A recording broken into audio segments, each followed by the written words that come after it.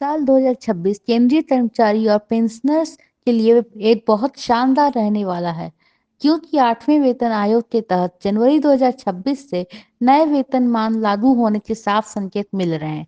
8वें वेतन आयोग को लेकर सरकार की ओर से भी हलचल तेज हो गई है। ऐसे में यह साफ हो गया है कि आने वाले दिनों में कर्मचारियों और पेंशन भोगियों के लिए वेतन में बढ़ोतरी होगी। 8वें वेतन आयोग के तहत जनवरी 2026 से नए वेतनमान लागू होने की उम्मीद है। हालांकि आयोग की रिपोर्ट आने और क्रियान्वयन में समय लगेगा, लेकिन परंपरा के अनुसार कर्मचारियों को बकाया राशि पूर्वव्यापी रूप से मिलेगी। दरअसल नवंबर के महीने में कंज्यूमर प्राइस इंडेक्स में 0.5 पॉइंट तेजी आ गई है, जिसमें यह अब 148.2 पर पहुंच गया। पिछले 5 महीनों में इस इंडेक्स में लगातार वृद्धि देखने को मिल रही है। नवंबर के आंकड़ों के अनुसार अब महंगाई भत्ता 59.93% तक पहुंच चुका है। इन आंकड़ों के अनुसार जनवरी 2026 से मिलने वाला डीए अब 60% के आंकड़ों को छू सकता है, जो पिछले साल 58% से ज्यादा है। हालांकि अंतिम फैसला सरकार ही लेगी, इसलिए इतनी वृद्धि की उम्मीद करना भी जल्दबाजी ही होगी।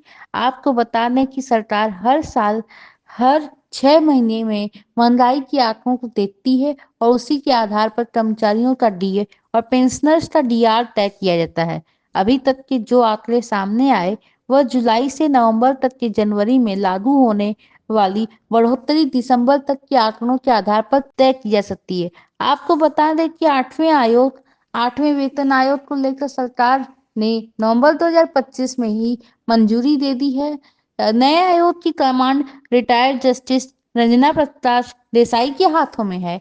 हालांकि इसकी सिफारिश आने में अभी 18 महीने का समय लगेगा, लेकिन खुशी की बात यह है कि 1 जनवरी 2026 से ही प्रभावी माना जाएगा। यानी कि अगर नियमों को लागू करने में देरी होती है, तो कर्मचारियों को 1 जनवरी से जोड़कर पूरा पैसा मिल जाएगा।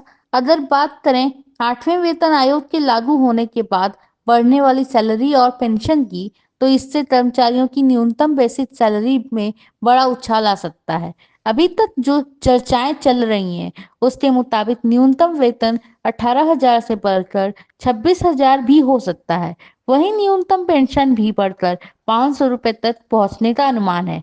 यही नहीं, 8वें वेतन आयोग लागू होने का सिर्फ बेसिक सैलरी ही नहीं, बल्कि एचआरए, ट्रैवल अलाउंस और मेडिकल अलाउंस में भी बढ़ोतरी की संभावना है।